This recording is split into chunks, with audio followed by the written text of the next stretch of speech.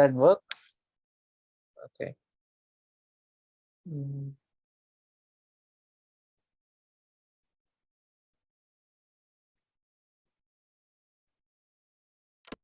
Oh God, what happened? Uh, this is fine. Take my password. Oh no, we couldn't see the password. Oh, that's good. Okay, I'll just, yeah. So this is graph theory, and we have already spent like 2 lectures doing it. If you've managed to attend those, if not, that's totally okay. All that you need to know is that graphs are basically these sort of structures where there are like these points as vertices, and then some of them are connected as edges, as I've put over here as well. And basically, an entire graph is characterized by its vertices and edges. We also define the concepts of connectivity and cycles and paths, those kind of things. And they're like very intuitive things. Like you say that here 5 is connected to 3 because I can start at 5, I can go along this. Okay, I should not use that. Yeah, 5 goes along this edge, and then you go along this edge and you reach 3. So 5 is in some sense connected to 3. And a graph is connected if I can go from anywhere to anywhere. And also cycle is kind of like a closed loop, something like this, or maybe like this, where all of these are vertices. And it need not look like a polygon, so it can look like some sort of weird thing, but it should be like a loop which ends back at the same point. And we also define tree. Tree is like kind of the opposite of a cycle, where you want to make a graph which has as many edges as possible, but you don't want it to have any sort of a cycle. So, for example, here this has a cycle because, okay, it doesn't look like a cycle, but there is a cycle because you can start here, go here, go here, go here, go here. So it's like full cycle. So this is not allowed. But if I remove the last edge, now suddenly this is a tree. And in general, trees end up looking like this if you choose to draw them that way.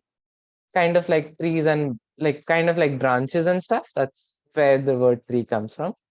So that's a little bit of the basic definitions, but I won't be going too much in depth on those things because one, they're already discussed in the previous classes, and two, we have spent a lot of time defining a lot of things, but I think something that really makes graph theory stand out, and why a lot of people love graph theory, is a lot of the problem solving techniques and the different ideas you can use to solve problems in graph theory. So, okay, ignoring Pranav, but basically, so this class is going to be mostly about, if I go back, problem solving in graph theory.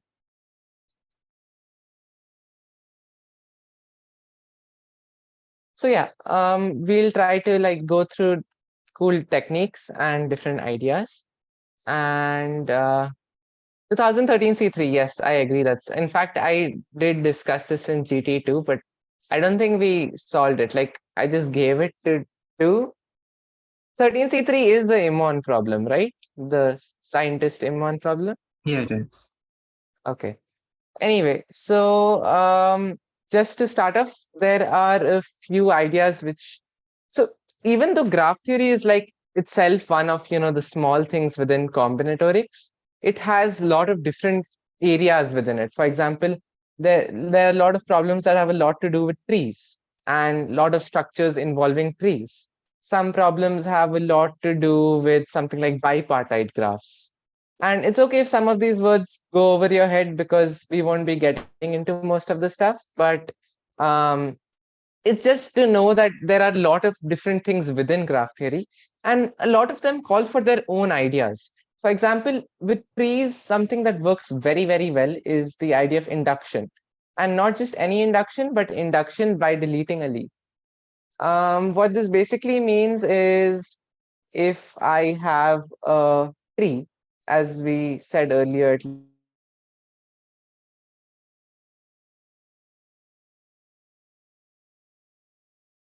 graph which is a tree has, oh, also my share screen is lagging, interesting. Or maybe it's not. Okay, so any tree which has n vertices has n minus 1 edges. So this is like a very useful fact. And that also means that if you have n edges in your graph, then you'll have a cycle. Because what is a tree? It's basically something where you keep trying to add edges until there's no way to add an edge without making a cycle. So now here, whatever I do, I've ended up making a cycle. So if I have n edges, then I have a cycle. Um, but okay, so what this idea basically means here is that if I take anything that is, towards the end, something like this vertex, this is called a leaf because it's connected to only one thing, that's the guy above it. Similarly, this is a leaf, this is a leaf, this is a leaf, this is a leaf, this is a leaf, and this is a leaf. And you can also prove that leaves exist. In fact, I think we did that in our first class. But this idea is like especially useful because what happens is that after I delete this, it's almost the same graph, like almost nothing has changed. So I can say that, let's say that certain claim works for this graph, and suddenly now it doesn't work. But very little has changed once you've added this leaf. So it makes it a lot easier to deal with, and it'll be a lot clearer with this question. So I'll give you all about 2 to 3 minutes. Or okay, first I'll just discuss the problem itself, then we'll can think about the solution. So basically, you start by you're given a tree which has vertices labeled. Um, Something like this. And you have like 1, 2, 3, 4, 5, 6, 7, 8, 9, 10. So all of your vertices are labeled, and we change the labeling in the following way. Okay, maybe 10 is too much, because we also have to do that entire thing. Okay, so let's just keep till here. And yeah, okay. We change the label in the following way. We each time we pick an edge that hasn't been picked and swap the labels of its endpoints. So for example, here I can choose, let's say, this edge, and I can swap these two. So what that does is now, oops, uh, okay. What that does is that this has become 2 and this has become 1. Now let's say I choose another edge. I can choose whatever I want. I can choose like this one now. And that swaps um, this and this. Now I can choose, let's say, this one. So now this becomes something like 7 and 6. And now if I swap these two, this becomes 6 and 2. And now whatever, let's say I swap this, so I get 3, 1, and then I swap this. So I could have swapped them in any order. It's just I have to choose every edge exactly once, and I have to keep swapping them. And I'll end up with something, right? 6, 3, 1, 4, 2, 7, 5. Something like this I've ended up. And like we know, original labeling was something like, okay, I don't actually remember what the original labeling was, but like whatever it was, something like this, I think. 5, 6, 7. Yeah. So basically, now what has happened is the thing that was earlier 1 is now 6. The thing that was earlier 2 is now 3. 3 is now 2, and so on. Okay. This is probably uh, It has two incorrect because cycles. yeah, I think I've messed up this original thing. That's an issue. Maybe I should just do another example. That's much smaller one. That's likely to. 1, 2, 3. Oh, this is a much simpler one. So like, let's say I swap in um this order. Tick, tick, tick.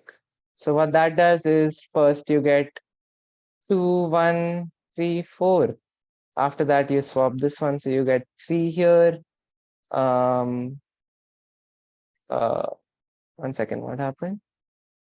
Yeah, you get 3 here and 2 here, and then you get 4 here and 3 here. Okay, so what has happened is 1 has gone to 4, 4 has gone to 3, like this, right? 4 has gone to 3, 3 has gone to 2, and 2 has gone to 1. So basically what you want to prove is that this is kind of like a single cycle. Like basically if I define a kind of a function where every vertex, I'm saying one, what is the new thing at 1 at the end, and if I define f of x as that y, then you want to prove this is kind of like a single cycle. Like it should end up something like this. Prove that the permutation contains exactly one cycle. So yeah, that's what we're looking to prove. I think that leaf idea is like useful here, because like when you see a leaf, it gets switched like yeah. So like the leaf point has only one edge, right? So like you can consider the other part of the graph, like excluding that leaf, and then it's a permutation of itself by induction. And then when you take the leaf, you can somehow show that like since you are only dealing with one element, you should be able to induct. Like okay, I've Okay. not worked out the details, but that's probably the Yeah. idea.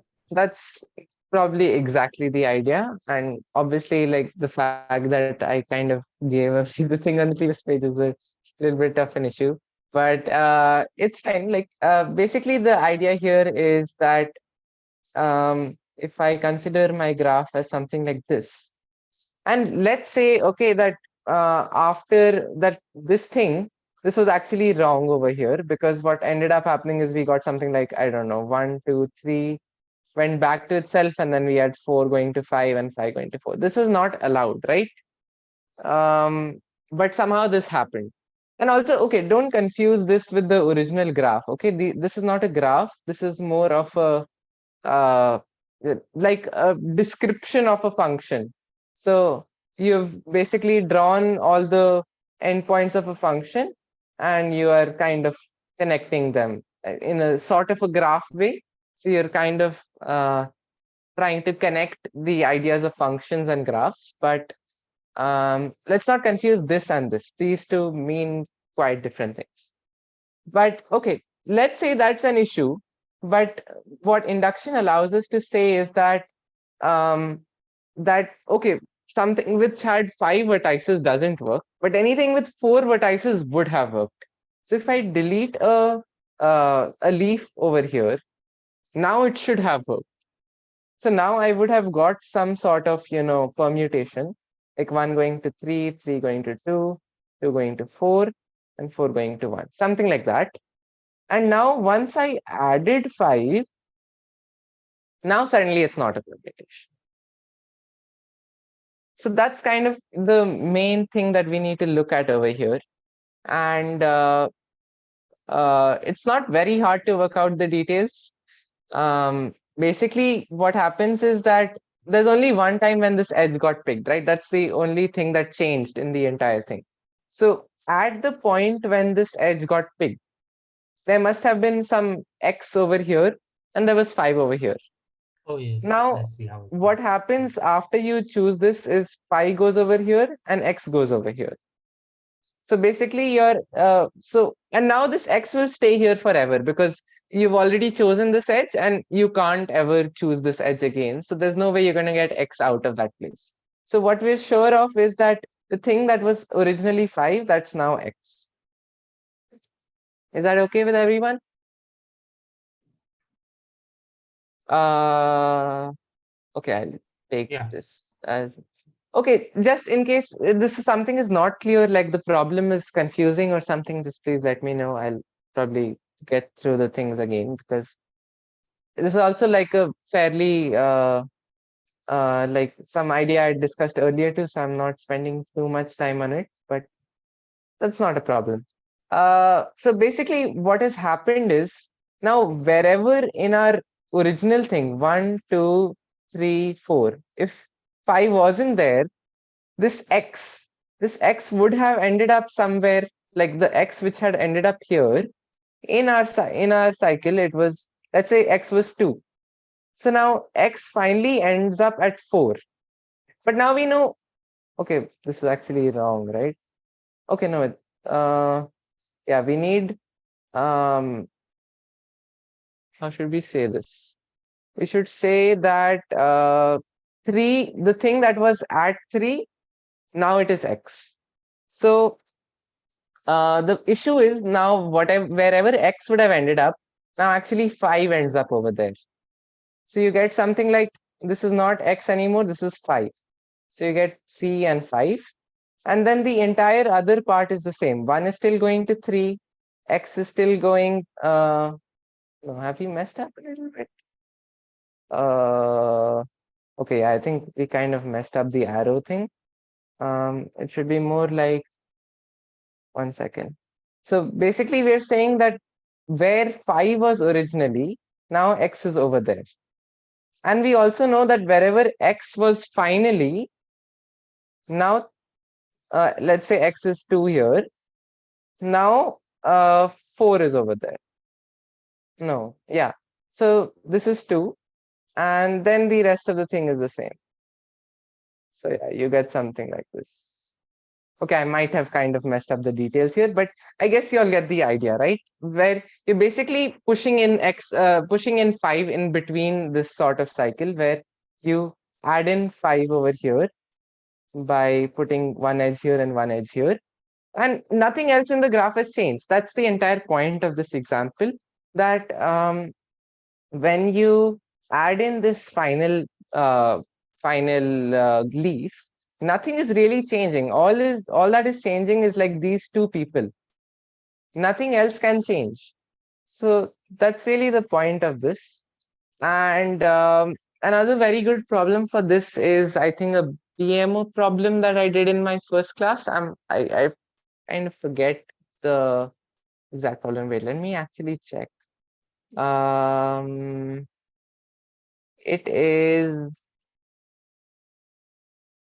yeah, BMO 2005 P4. So if you haven't seen my lecture and you want to try another problem of this type, just to, get a better foothold of it, this is a very good problem. And slightly more non-trivial also, because here what happened is it's pretty clear what's going on. Whereas there, it's a little more of a challenge. Okay, but now we'll be doing a little bit of a different idea. So we saw this idea right here of basically induction by deleting a leaf. But this is the next idea is something I want to devote quite a bit of this lecture about, because it's a really important idea and really, really useful. So basically, this is something I said earlier, right? N edges love cycles. This is kind of like our main theorem going on here, where often we end up seeing n somethings, but we don't see a graph. Or we see a graph, but we don't see n somethings. So if you see n and graph together, then the first thing that should come to your mind is, okay, this graph has a cycle. So if you have a graph and you're given that, let's say from every vertex, I have at least one edge. So no, that doesn't actually boil down to anything. But if you have n edges in this graph, then you can just say that there will be some sort of cycle. So for example, it could have like a triangle. It could also have like a 4 cycle or a 5 cycle or so on. But the main idea is that these cycles actually end up helping in a lot of different sorts of ideas. And somehow the main issue here will end up that you won't know that you have to use graph theory at all. So as soon as this idea of using graph theory strikes, the first thing that you should see is, okay, n and graph, and that means cycles. And okay, this is more of like, it'll be a lot more clear after doing this problem, because this is a really good problem, and I think it's quite fun. So give this problem like 5 minutes. Okay, by the way, Kn means a complete graph. And complete graph basically means that if you have, let's say, 5 vertices, every pair of them is joined by an edge, like this. So you won't have some 2 vertices which are not joined by an edge. And now I'm going to color this, which means that I can choose to give this one a red color, I can choose to give this one a green color, and so on. Also, problem as stated is not entirely correct. Maybe what I should mention is, with exactly n colors. So basically, you need to use every color at least once. You need to, like, this is given. Let's just take that as given.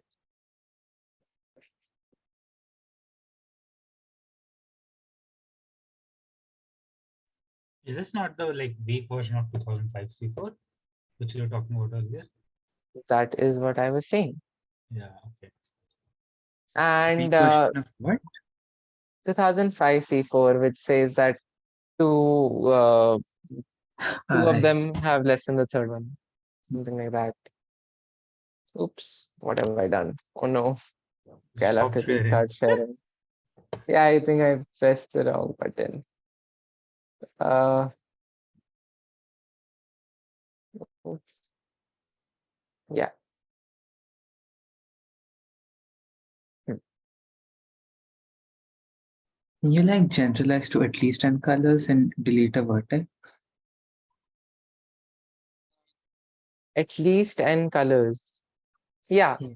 like And more than n colors is also equivalent, right? You can just yeah, so you can reduce just the delete a number of colors. vertex, no? Delete a vertex. Okay. Um, how exactly will that work? Like you delete a vertex, the only case it fails if it kills off two colors at least. It's That is like every correct. vertex kills off two colors, but that can't happen. And why can't that happen? Just for Like assign each color to the vertex that it dies to, assign and each. uh,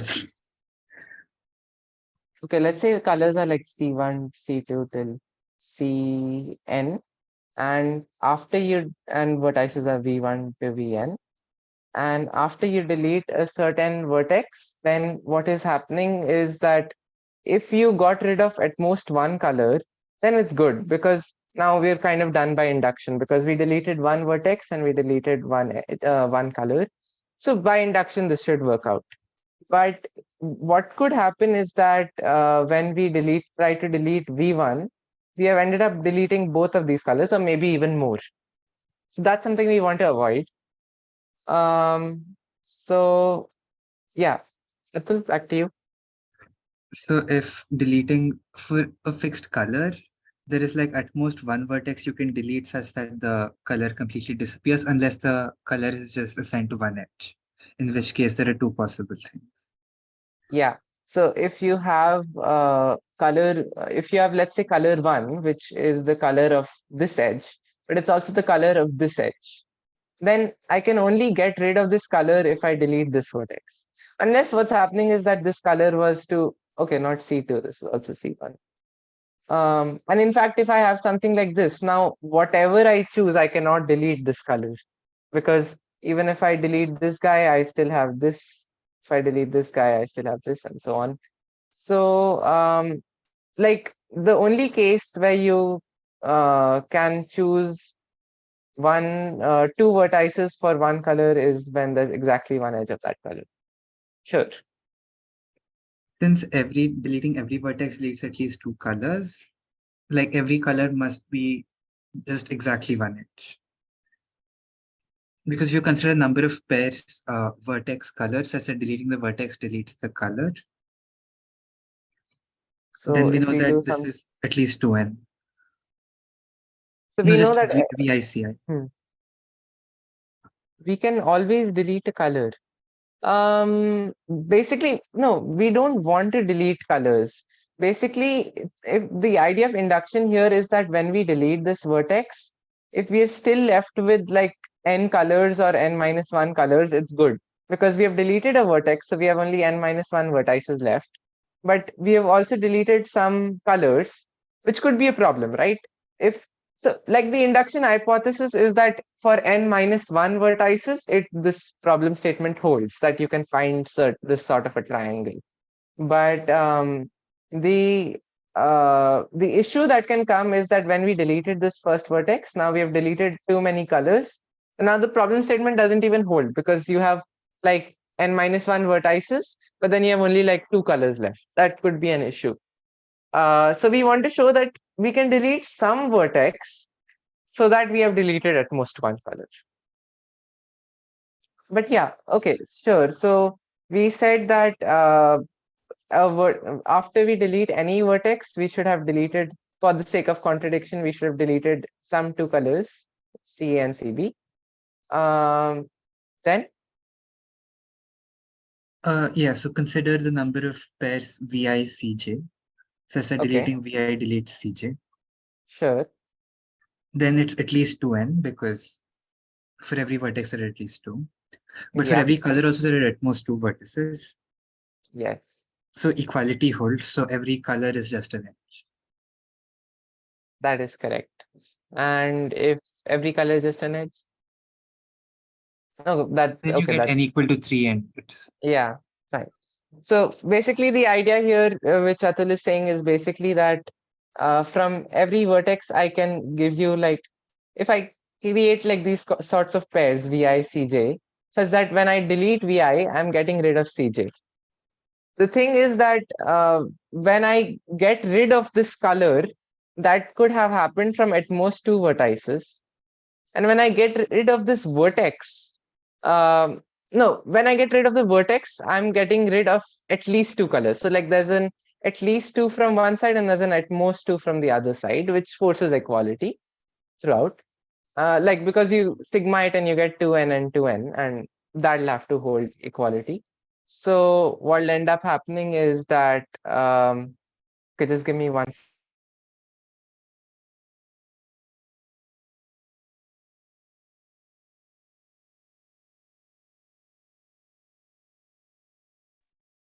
Okay, yes. If deleting every vertex deletes two colors, then consider a vertex V connected to U and W, with VW having different colors. Okay, that's also a good idea, right?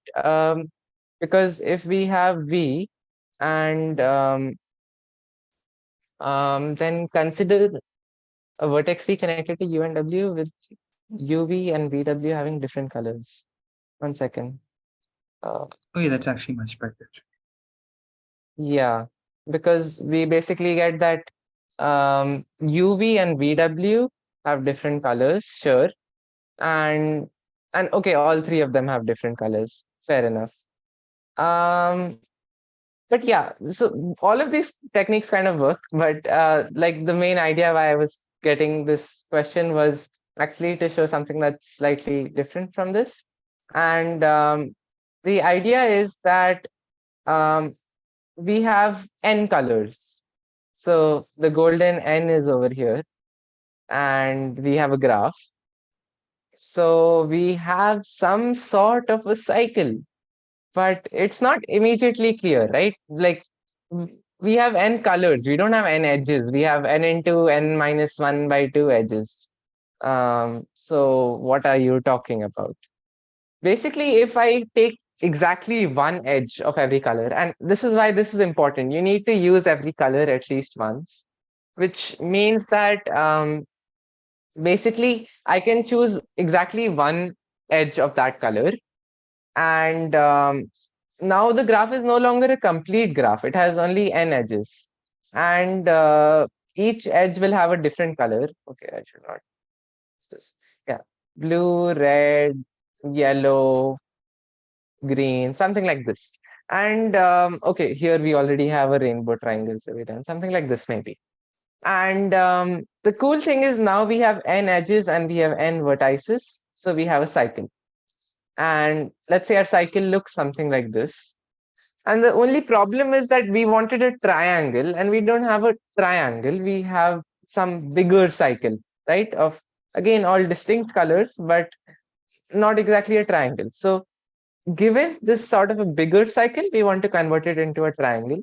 And that's actually not so hard, because if you consider this vertex, right? What could the color be? Let's like, we don't want this thing to be a rainbow triangle, so it cannot be yellow or green. Um, uh, or okay, hmm, what's the best way of putting this? Okay, yes. So it cannot be yellow or green because it should not be from here, and it cannot be red or blue because it should be from here. So it's something. No, wait. we want it to be one of these. Okay, my bad. I'm sorry. We We just say want it to pick the be, smallest yeah, yeah, rainbow yeah. cycle. Yeah, like I don't think that matters, right? Okay, yeah, you can show that this is a smaller cycle and you get a triangle. Sure. Basically, what we're saying is that because there should be no rainbow triangle, this should be one of yellow and green, but it should also be one of red and blue, which is a problem, right? Because you can't have both of those things holding. So one of them will give you a triangle.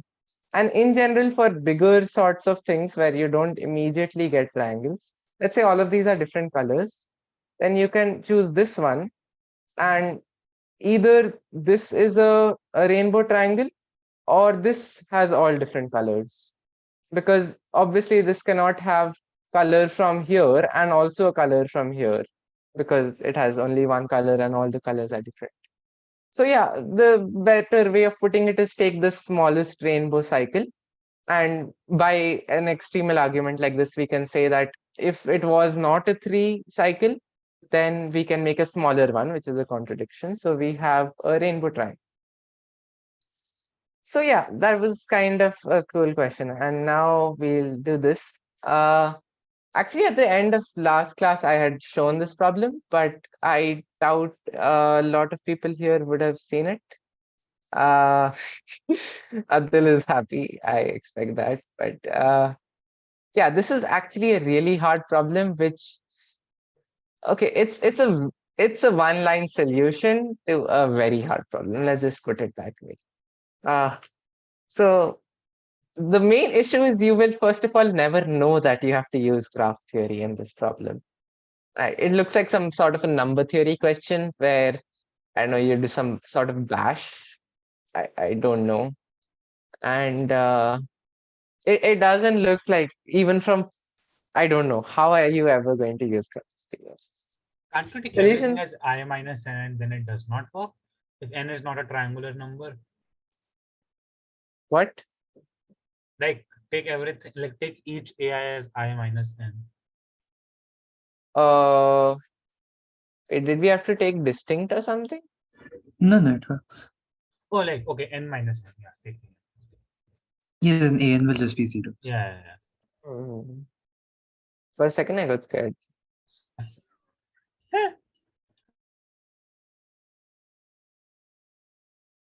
Okay, yeah, this is probably a question worth thinking about. So I will give Imagine a you all, graph theory class. that's what we'll see. Uh, Assume contradiction and now A1 is -1. Mm, why?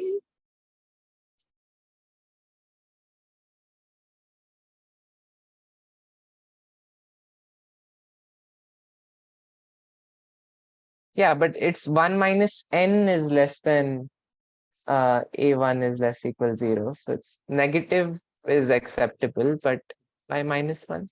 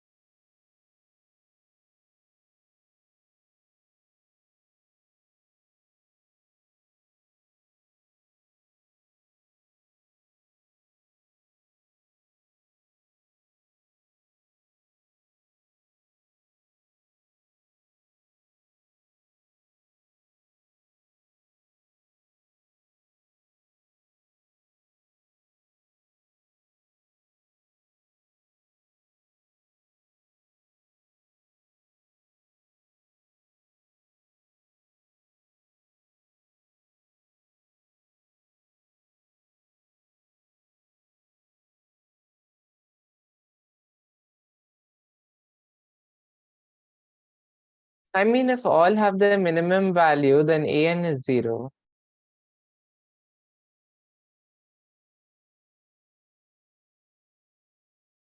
Changing all a still makes sort of sense, but uh, I didn't understand why changing any A should not change anything.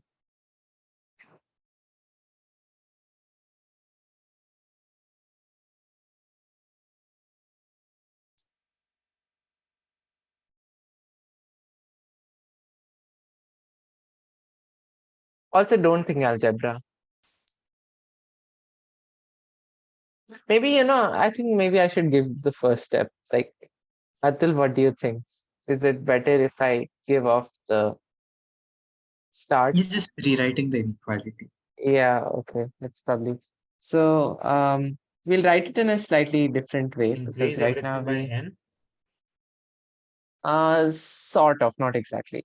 So we'll first negative the entire thing out. And then increase by I. Yep. Yeah, very nice change of inequality signs. Inequality. Oh. Oops. This deserves meme. Oh shit, it's erased.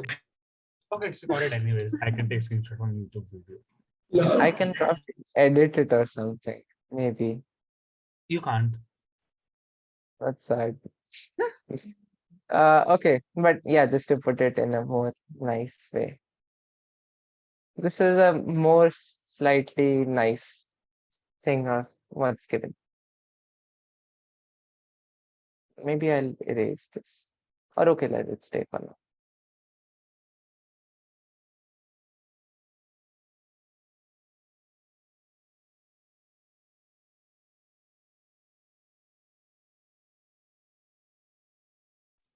So like if we let bi as I minus ai, then do we have to show that there is a sum bi which sum up to like a triangular number? No, that's false. Where is the triangular number Not coming from? triangular. Yeah, that's false. I thought he thought like 1, 2, 3, 4, all of Yeah. them will have to, but it's like it can be 2, 3, 5, 7 or something. Yeah, I realized. Yeah, this doesn't really hold that well with the sigma 0 thing. You can't, so converting a DI is not necessarily the world's best idea, but yeah, you do want to work around I minus AI now.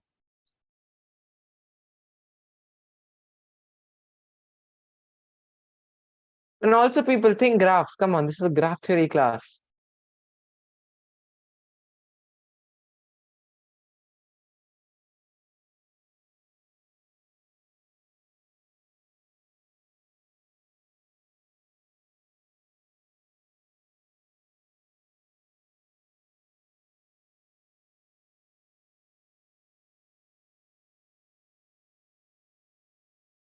Like with the initial inequality, I was thinking like if you plot like vertices a1, a2, a3, and then you have to show there exists a path which sums to 0, but like that's just forcing a graph. It's Path. not. No, yeah, sure. Yeah, that's kind of the issue. And also you have to think about those n things. You want to create n things. What do you mean n things? Maybe I'll give a little bit more of a hint. So just to start off, we will make, wait, what has happened? Let's use some other color, too much black. Okay. 1, 2, 3 up till n. This is our graph.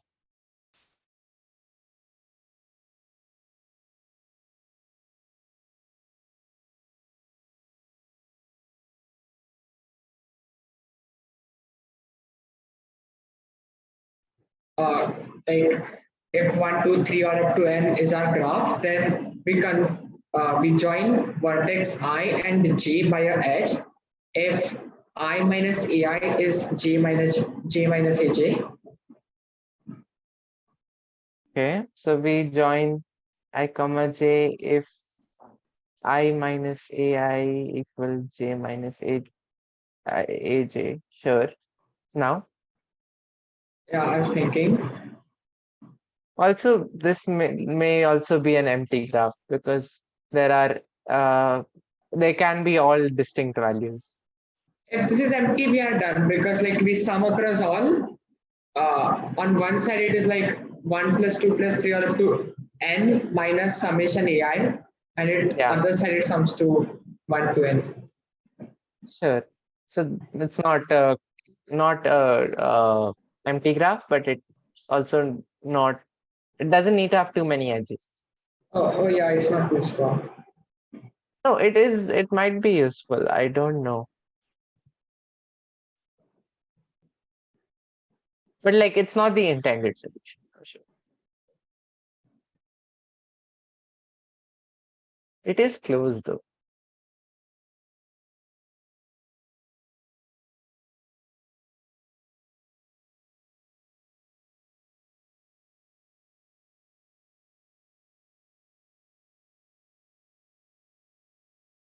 Okay, I think we also have to count in the fact that we have quite a bit to cover. So basically, the graph we're going to be looking at is where each I is connected to the vertex I minus AI. And why this works is because we have defined 1 to n, and we know that I minus AI is also in this 1 to n range. So if we have started at, let's say, 1, we know 1 minus a1 is something over here. So I'll connect it to that. And I'll make an arrow also, but like that's not particularly important.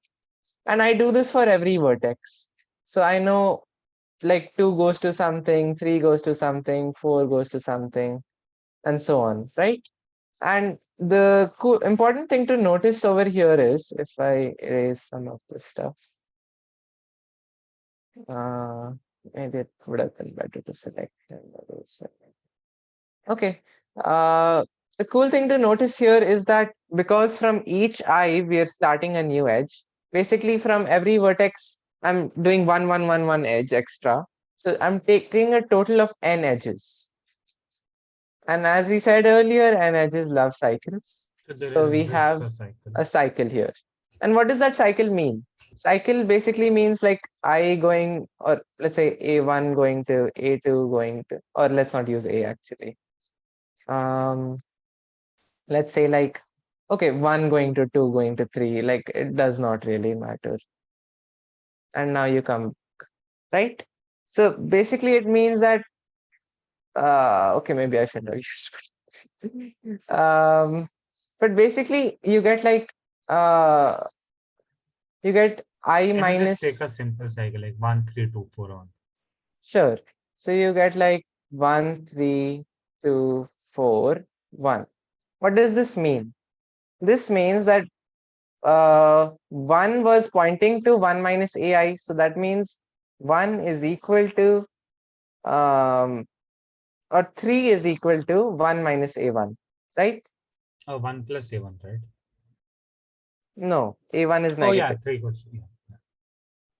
Yeah. Similarly, 2 is equal to 3 minus a3. Oh, and you sum over everything and then let's see. Exactly. Okay. Yeah, So you get nice. 4 is equal to 2 minus a2, and then you get 1 is equal to 4 minus a4. And yeah, and now if I sum over everything, I get 1 plus 3 plus 2 plus 4 is equal to 1 plus 3 plus 2 plus 4 minus sigma this. So sigma this is 0. And that is what we wanted to show. This was so nice. Yeah, It's and it's like impossible to kind of get without, knowing solution. It's quite a bit of magic, but yeah, I think it's a very kind of instructive problem about this idea that as soon as okay, maybe this is not really that instructive because it feels like too much magic, but the main idea here is that you sort of create graphs out of nowhere and somehow they have n edges and you have cycles. And actually the origin of this question is like a code forces question. So it's a coding question where they actually asked you for the subset. They didn't just ask you prove, because obviously you can't ask proof in a coding question, but they ask give me that thing. So in that you make this cycle and then you find the cycle using some DFS type thing, so general graph algorithms. Is And the time complexity of the code? yeah, n o n. Okay, wait, why is this page empty? Interesting. We have done all problems of this type. Oh wow, that's cool. Okay, so let's introduce. So this was one very nice idea which we have seen now across two problems. That is that n edges love cycles, and that whenever you see this sort of n thing pop up, you need to think about these sort of cycles. Now we'll move on to a little bit of different type of questions, and we'll just do a little bit of theory. Like I'll just introduce a few terms. No, it's not really even theory, I would say. Okay. So tournaments. Basically, what a tournament is, it's what you expect it to be. It's like there are 5 players and they're in a tournament. So each guy plays each other guy. So everything is connected to everything else. Except now I'm also going to wait, am I done? No. Yeah, except now I'm also going to give every edge a direction. So I direct this from A to B if A beat B, kind of like that. So every edge of these n into n minus 1 by 2 edges has a direction. So that's kind of what a tournament is. And there's some very cool things about these sort of tournaments because you can actually do a lot with them. In particular, what I mean to say is that, okay, let's just do the next problem. It'll be a nice this thing. Prove that every tournament must have a Hamiltonian. Okay, to define Hamiltonian paths.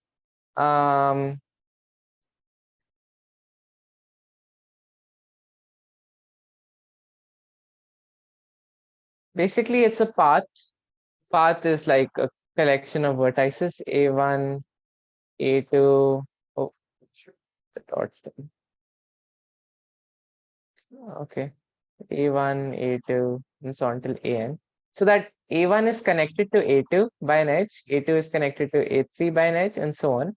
All of these should be distinct and all of them should appear. So basically what I'm saying is like, you need to start, go here, and go here, and go here, and then end.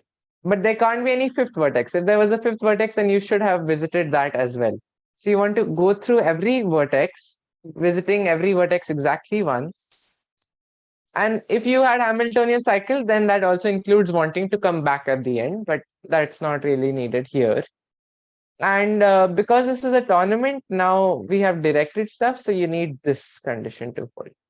So you need A1 to be pointing to A2. You can't actually go from A1 to A2 if it was pointing this way. Then you would have to go from A2 to A1. So yeah, this is the question. Just as an example, if we have a tournament on 4 vertices, and I direct randomly.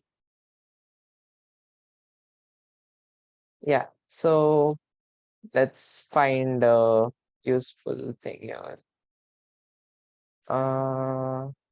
Okay, yeah, this just works because I can go along this edge, then I can go along this edge, and then I can go along this edge. But if I had, been a little evil and maybe made this way, and this way, and this way. Yeah, now I can do something like go here, then go here, and then go here, something like that. Because the edges are allowing us to do that.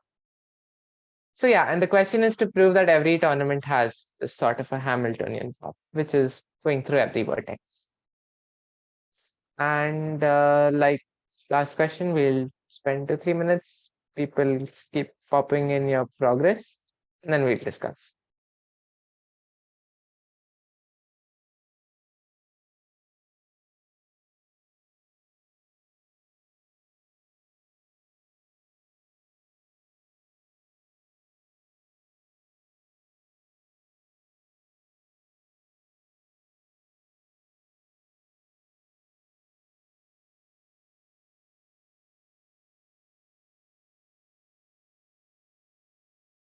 Also, I did have another problem for n edges love cycles. Maybe we'll do that at the end if we have time.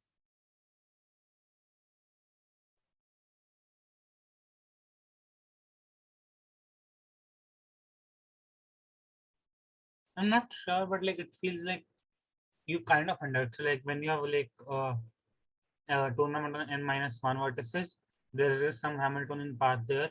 Like you pick that path in the n thingy. Like you basically so like how you are defining a tournament on n vertices is you already have on n-1 vertices. You introduce a new nth vertex and then you define the directions for those things. And you already have a path. So like in that path, let's say you do not get like a Hamiltonian path using the existing path. So which means like consider the endpoints. Let's say these are the vertex 1 and vertex n-1. So you get the direction of those two edges connecting to 1 and n-1 in some way. Okay, so just to kind of elaborate, what we have said is that we're kind of inducting again. So we have outside and we have n-1 tournament inside. And for this n-1, we do know that it has this sort of a Hamiltonian path where without loss of generality, let's just take it as v1, v2, all pointing up till vn minus 1. Now the thing is we have added a new vertex, let's say v, or okay, let's say u.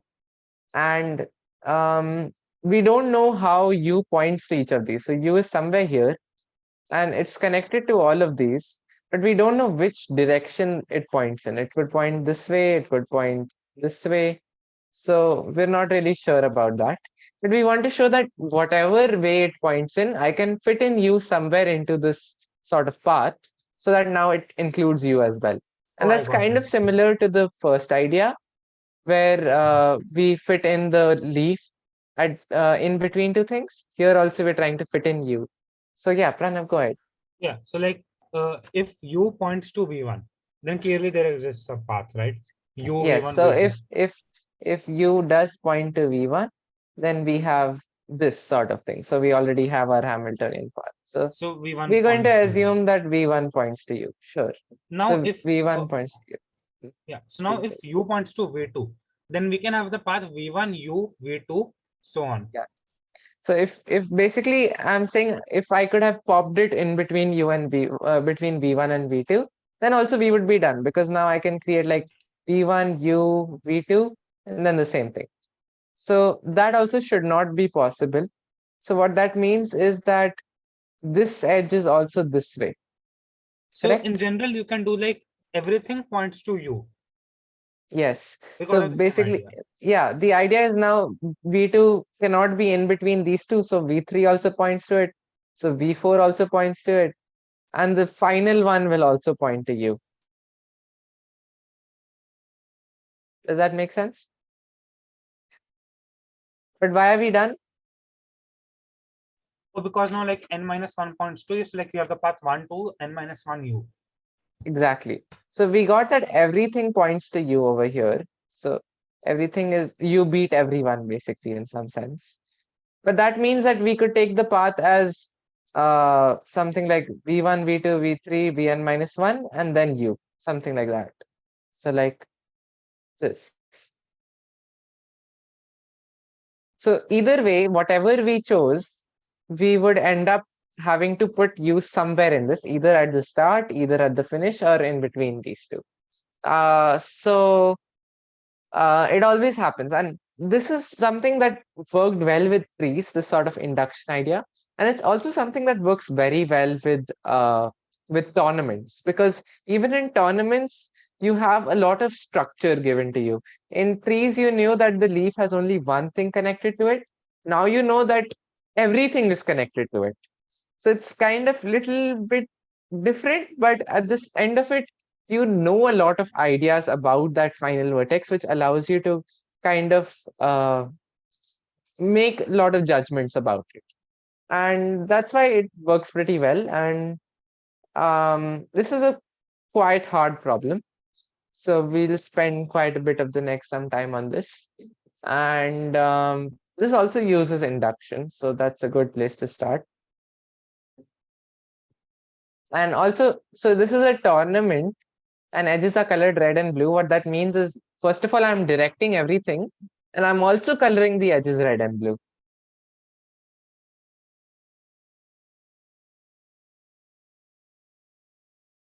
So in some sense, I'm coloring the edges with 4 colors because first of all, edge could be either this way or this way. So those are like 2 different colors for it.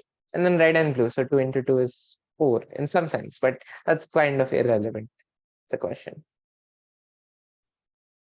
I think the question says that given any other vertex, there is a monochromatic path or something. So It says that given any oh, other. yes, sorry. So that for any other, for any. Okay, that's kind of sad what I did.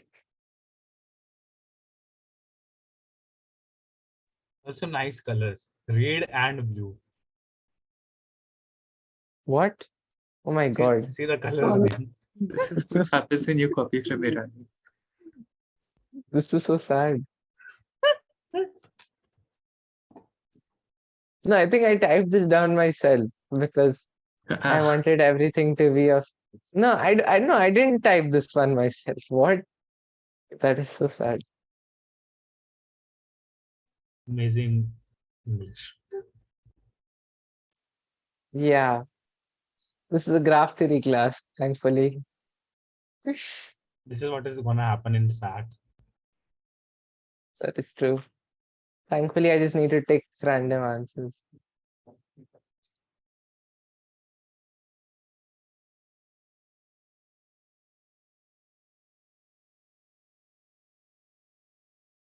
Yeah, and just for the question asks you to prove that given and like you want to prove that there's a vertex so that monochromatic direct path. Let's probably explain that.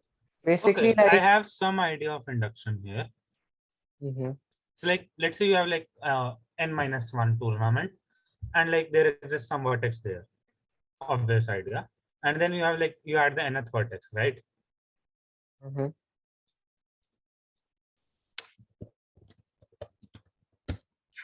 Yeah.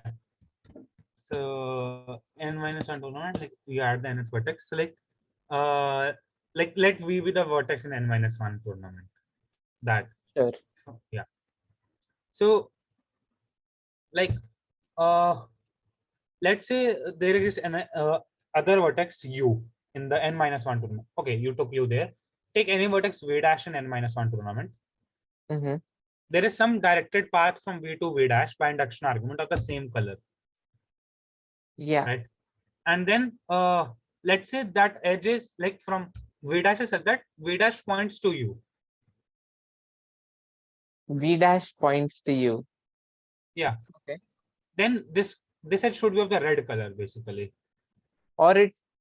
Okay, fine. Yes, it should be of red color. Yeah. This is the only thing I could get in the structure. Yeah, I mean, this is a fair argument that basically when you take an n-1 tournament for the sake of contradiction, that now this, once you added u in, now this doesn't hold. So first of all, what this gives you straight away is that v cannot be pointing towards u. Because if v points to u, then we also have like single length, like a length 1 card directed path. And it's a monochromatic because it only has one edge in it. And so it cannot point. This is not possible. So what will happen is u will be pointing to v and some color. We don't know which color. And let me just erase this. So, and now for any v dash inside, what we know is that this is v and this is v dash, that there is some sort of a directed path, something like it's going in, going out, and finally reaching v dash. And it could also be red. I'm not claiming anything about the color. But the thing is, if we had this, now we have a directed path from v to u as well. So again, this cannot happen. So what will happen is either this also points this way, or it'll be that it was of a different color. Wait, what's the issue if like v dash points to u in red color? V dash points to you in red color. What's the issue? What's the advantage is what I'll ask. Yeah, like Like v dash cannot point to you in blue color. That's what I said. Yeah. Yeah, okay. I was just confirming. So the only thing that cannot happen is V dash should not point to you with blue color, and you should not point to V in any sort of idea. And blue, whatever, whichever is the color corresponding to it, not Yeah. blue specifically. Also, like if the edge U2V is red color, then any directed path from V to any other vertex which is of red color, you can form a path from U to that vertex. I didn't follow the end part. Like let's say that path V to V dash was of red color, then you can Yeah. get a path from U to V dash of red color. From U to V dash of red color. Why? Obviously, right? Because like U to V is red. Okay, you're saying, okay, fine, sure. Yeah, so like you need to have paths for like blue color things also. Yeah, sure. So if you have U to V as a red color, then if V was also pointing in red colors to everything, then we are happy because then U is now our new god. So that's good for us. So there must be some blue thing, and yeah.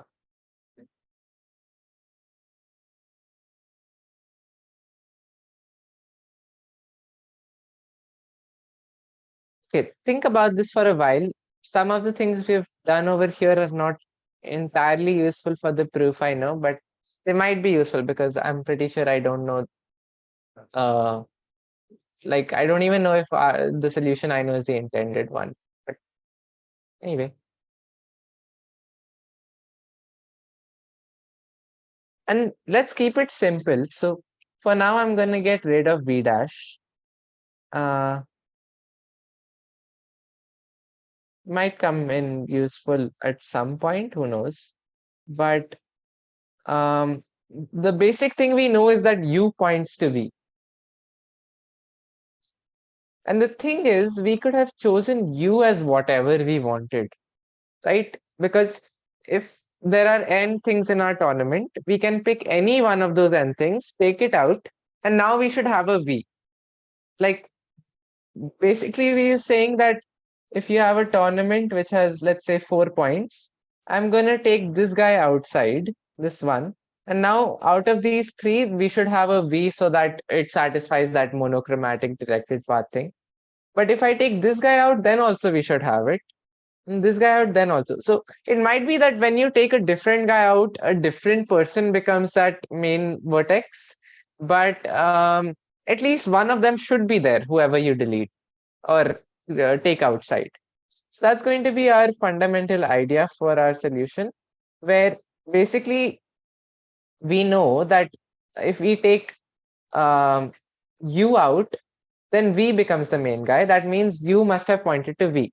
But we also know if we took V out, that means some X was something. And so on. Like we don't have a cycle or something just yet. Or do we?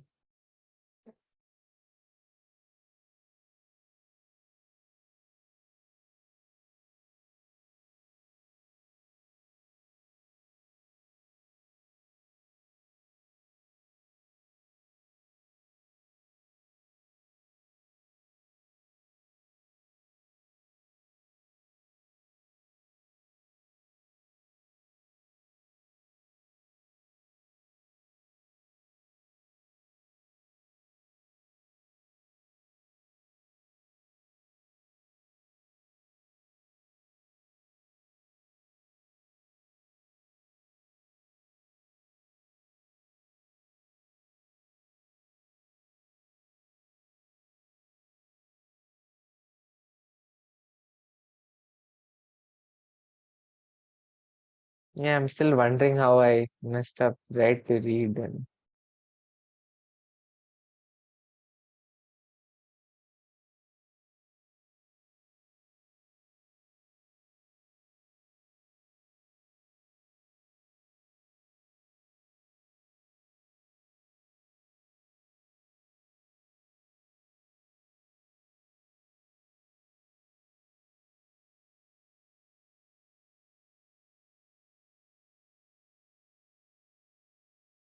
okay, people, let's think a little more. So basically, if I am to understand correctly, what we have discussed till now is that I can delete anyone from my tournament, and then because by induction hypothesis we know. By the way, we've been using induction, and nobody bothers to do the base cases. So if you don't do that in the exam, you are going to lose marks. But usually base cases are going to be pretty trivial here, so that's not much of a worry. Just for you to know. But yeah, the entire thing is like it's kind of understood. So um, we're basically saying that when we deleted this u, now there's a v inside, which is the main, which has monochromatic directed paths from v to it and stuff like that. Um, but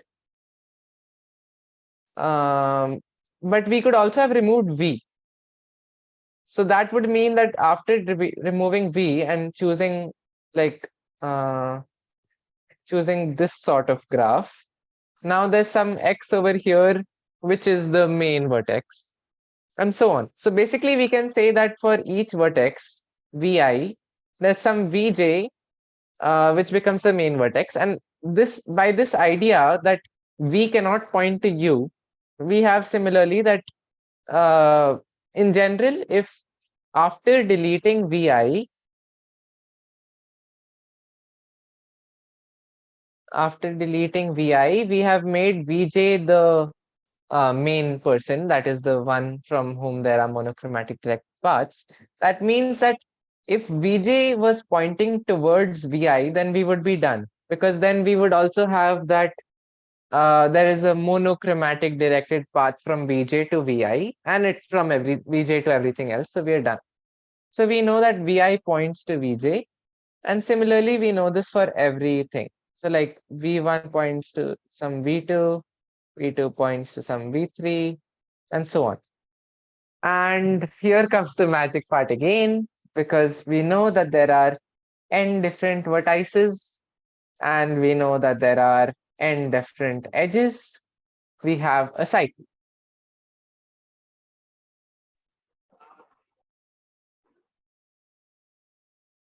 So yeah, that's kind of what we'll be working with right now, where we have like v1 points with to v2. Now we don't know anything about colors, okay? v3, I don't know, I don't know why I'm alternating, but v5, and let's just say this comes back to 1, something like this. And basically what this means is after we deleted v5, v1 was the main person, and so on. So now we want to force some sort of contradiction, where we basically want to say that when we deleted v1, then that meant that v2 became the main person, and there is no directed path from v2 to v1, no monochromatic directed path from v2 to v1. So if we can find some sort of like, let's say somehow we found that this v3 to v1 was red, then we would know that there is a monochromatic directed path from v2 to v1, because we can go like this. But that may not happen. So that is what we are now looking into. Anyone with any ideas?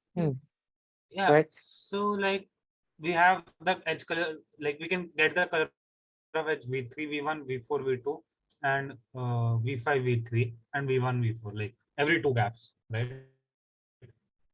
Yep. And so like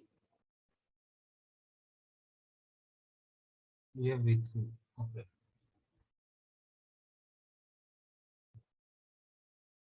I thought using Okay. that you can Also, somehow get the just one thing. If all, what happens if all of these have the same color? then there is already a path now v1 select v5. Exactly. Did So consider the smallest? smallest No, sorry. smallest cycle. Yeah, sure. We can consider smallest cycle, not a problem. But no, but not. Yeah. Acha, also issue is when we take this thing, it may not even point this way, right? So it could point this way and be whichever color you want. Yeah. So yeah. And also we have that if all of them are of the same color, now I can find a path from V2 to V1 and it's monochromatic. So we're done. So what I can assume is that there are some two different colors in this path which occur consecutively. Okay, so we have like V1 points to V2, and now with a different color, we have V2 points to V3, and then we have some stuff. 10 or whatever rod.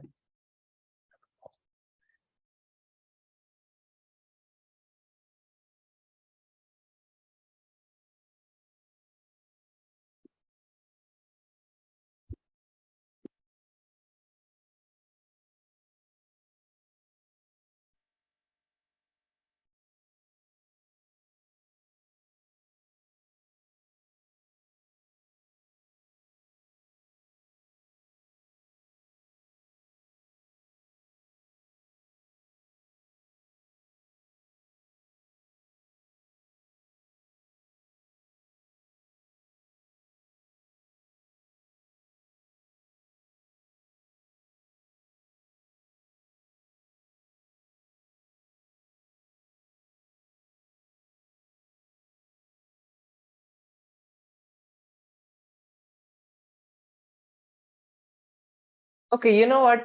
I'm going to leave this problem from here because I think this is worth thinking about.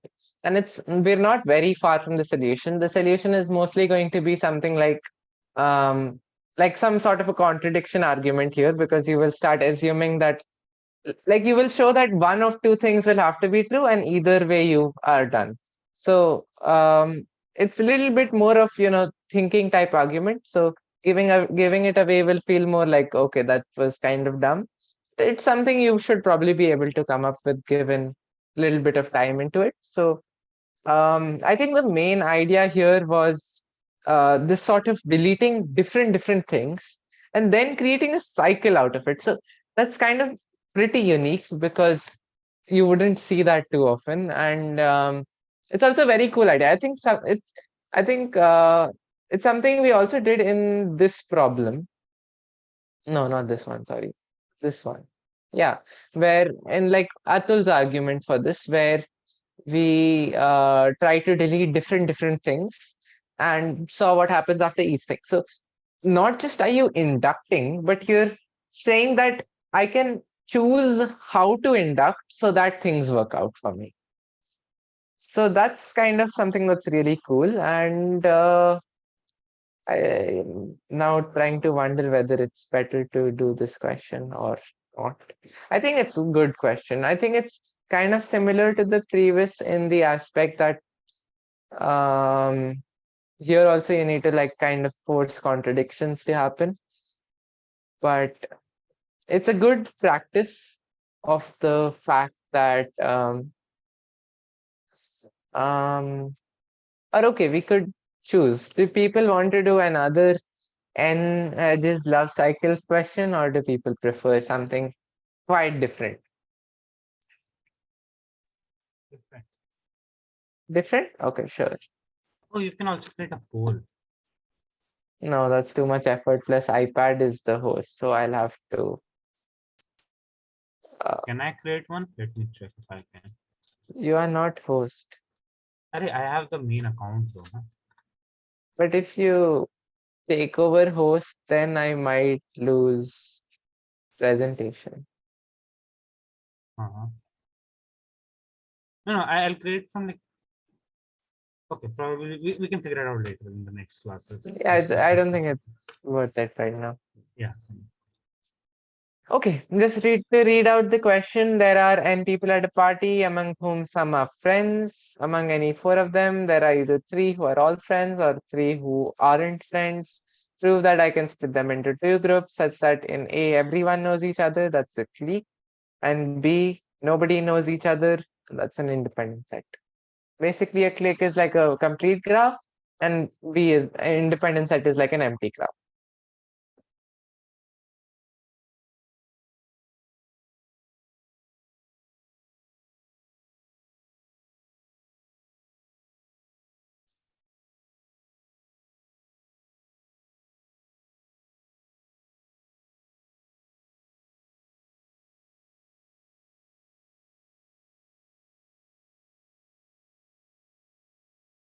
A is like a complete graph, right?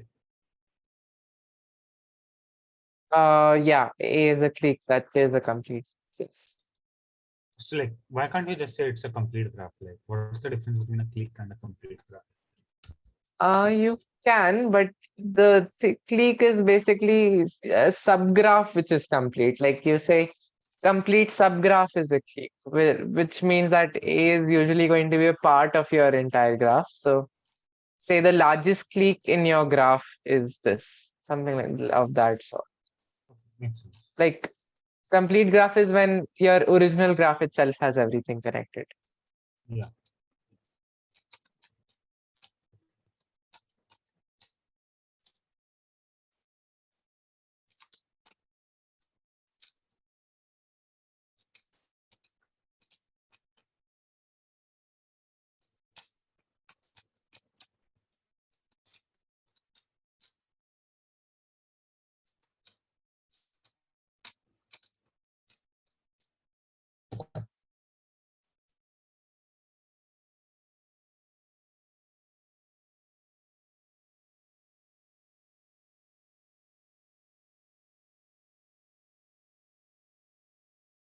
Okay, also when does it end? 8:30, right?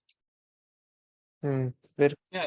we're If you want to extend like for some bit, yeah. okay, we can extend like 10 minutes ish so that we can Yeah. do this properly. Sure, usually. Hmm? I said sure, so Yes, I will also do what I did. I'll put you in waiting room in that case. Oh no. That'll be bad. Don't do that. Yeah, yeah.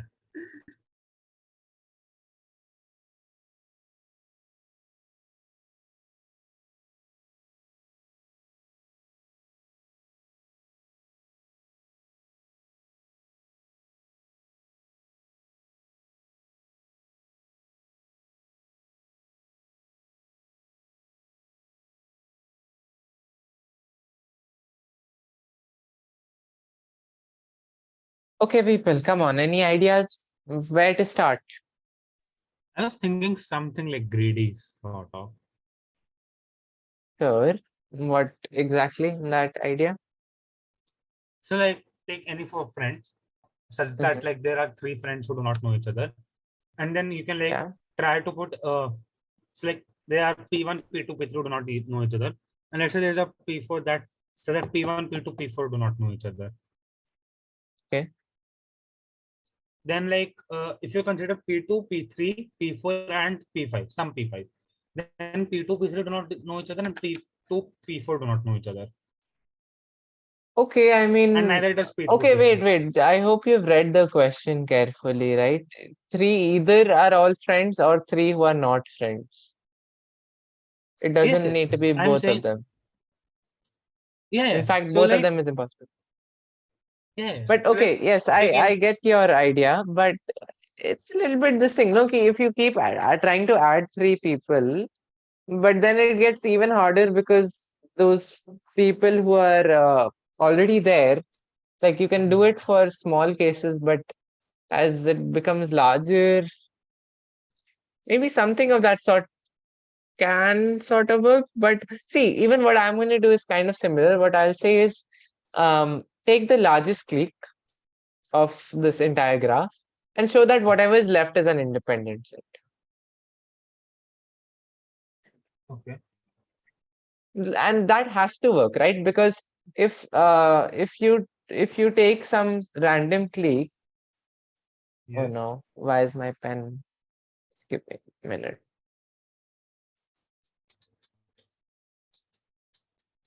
Oh, yeah, it's back.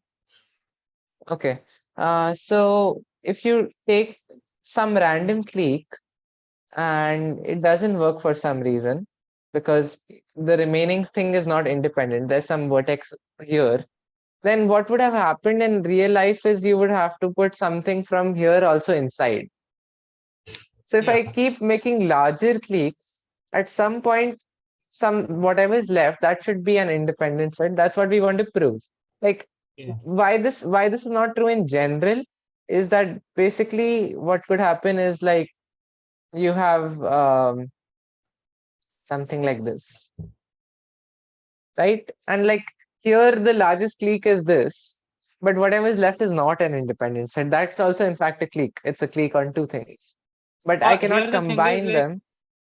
no, like Hmm. here, let's say like you have like label the cliques, please. No, okay, don't prove those four things because that's obviously not holding here. I was just giving a random example. Are Uh-huh. you? ठीक है. Yeah, So I was going to do that. Like, ये possible nahi hai, yeah, ऐसा, yeah, like, totally that is wrong. obviously true.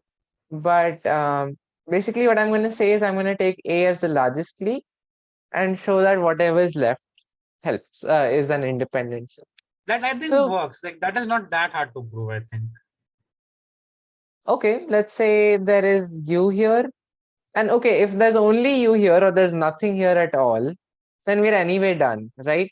Nothing here you cannot do because like A is the original graph then. Yeah, that means in A, everything was connected to everything. That's okay. Oh yeah, okay, yeah. Yeah. And also if A is nothing, like A is only one thing, that means Yeah. nothing was connected to nothing. Because otherwise we could have made larger cliques. Hmm. So those kind of edge cases are fine. So let's say this has two different things and they're connected to each other so that for the sake of contradiction, V is not a clique as of now. So we want to kind of either show that this is either this UV cannot exist, or you want to show that if UV exists, then you have a larger clique, including U or including V or something like that. So okay, I got like take two vertices in A. Okay. AB. Small. I'll take P and Q. Sure. Then consider PQUV. P, Q, U, V, yes. Like P and Q are connected. We know that, right? Yep. But do we know So anything about P being connected to U or anything? no. So now if like P is connected to U and Q is connected to U, then PUQ is a triangle, right? Yep. And now if everything like for all P comma Q, if PU and Q are connected, then U belongs to the clique. So like pick a Yes. Q such that P is connected to U and Q is connected to V. Okay. No. Like P is connected to V. P connected to U and P connected to V. P is connected to V. U. P connected to both U and V. Like there should exist something like this, right? Yes. So basically what we're saying is, because P is connected to Q and U is connected to V, we cannot have this first thing, three who aren't friends. That's not possible because, like, let's say P, Q, U you took, but then P, Q are friends. So you take three of them, two of them will be like P, Q or UV, and those are connected. So you will end up with. Oh, also, just for the sake of this thing, we have taken friendship as edges and vertices as people. But okay. Basically, yeah. We Now assume that it. friendship was mutual, Oh yes, I have not written that, but it was there in the original question. so not true in real life. Yes, in real life, math doesn't work. Friendship is So philosophical. mutual. Okay. Uh, yeah. So it's kind of made me sad, but let's just. uh, Rushil, you have okay. good Also, these friends. Come colors. on. Okay, let's. Yeah, sure. Also, let's not think about colors because the previous question had a lot to do with colors. Here, colors don't mean anything. Um, so basically, because P is connected to Q and U is connected to V, we either know that this is some triangle or this is some triangle, or this is some triangle, or this is some triangle. One of these four triangles has to exist, right? Yeah. So for now, like take the triangle PUV. Okay, let's say PUV exists. And like let's just say QU and QV edges do not exist. Like I think it's case based, but like maybe that will give some structure. Like if QU and QV does not exist, then for any other vertex P in A, PU and PV should exist, right? Okay, so let's think of it this way. QU and QV are not connected, and take P as whatever you want. Then Ah. that forces PU to be connected and PV to be connected because we know that this is not there. and this is not there. So we know that these two have to be there so that there is a triangle, because that's the only triangle that's left. Sure. Yeah. So, So like I got that U is connected to everything except Q. But like I have to show U is connected to Q also somehow. yeah, that's the thing. No, you don't actually need to do that, because what I can say is, okay, Q is not connected, it's a bad person, just get rid of it and take UV inside. Ah, Huh? So I have increased the number of people inside by 1, because I reduced it by 1, but then I increased it by 2. And now But like U and the V edge, no, but the edge PQ does exist, right? edge PQ does exist. So Oh. I keep Q outside, I put U and V inside, and U and V are connected to everything inside except Q that we showed. So that's okay. Oh. So But this then this that should be case the is kind. maximum clique. Yes, exactly. So we have reached a That's okay. contradiction in that case. So we know that at least one of QU and QV exists Yeah, for all Q in A. for all Q. Mhm. That is nice.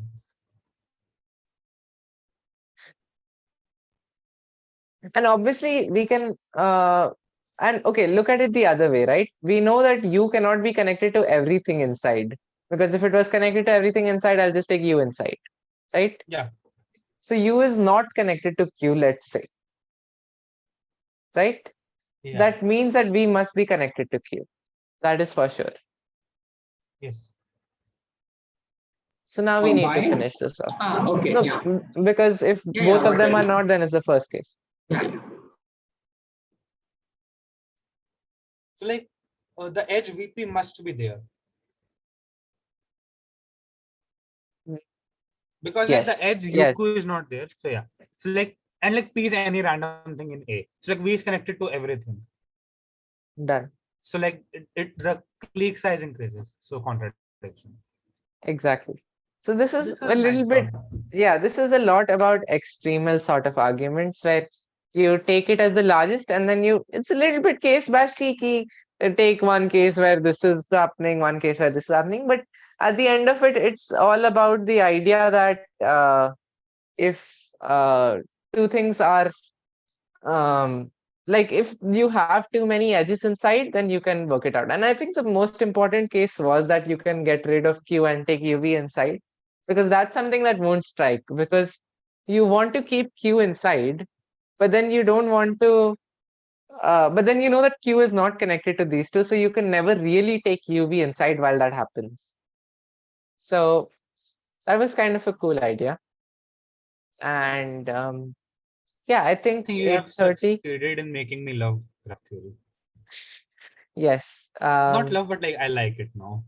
Yes, it is a lot of fun and probably worth doing for people even outside math Olympiads, even not people who like combo too much, because it's just something that's very intuitive and a lot of fun. And the fun thing is also that you can play around with these structures a lot. And yeah, so I guess we'll kind of stop here because time's up. Thanks for the class, How do we Professor. stop recording? I'm also ignoring.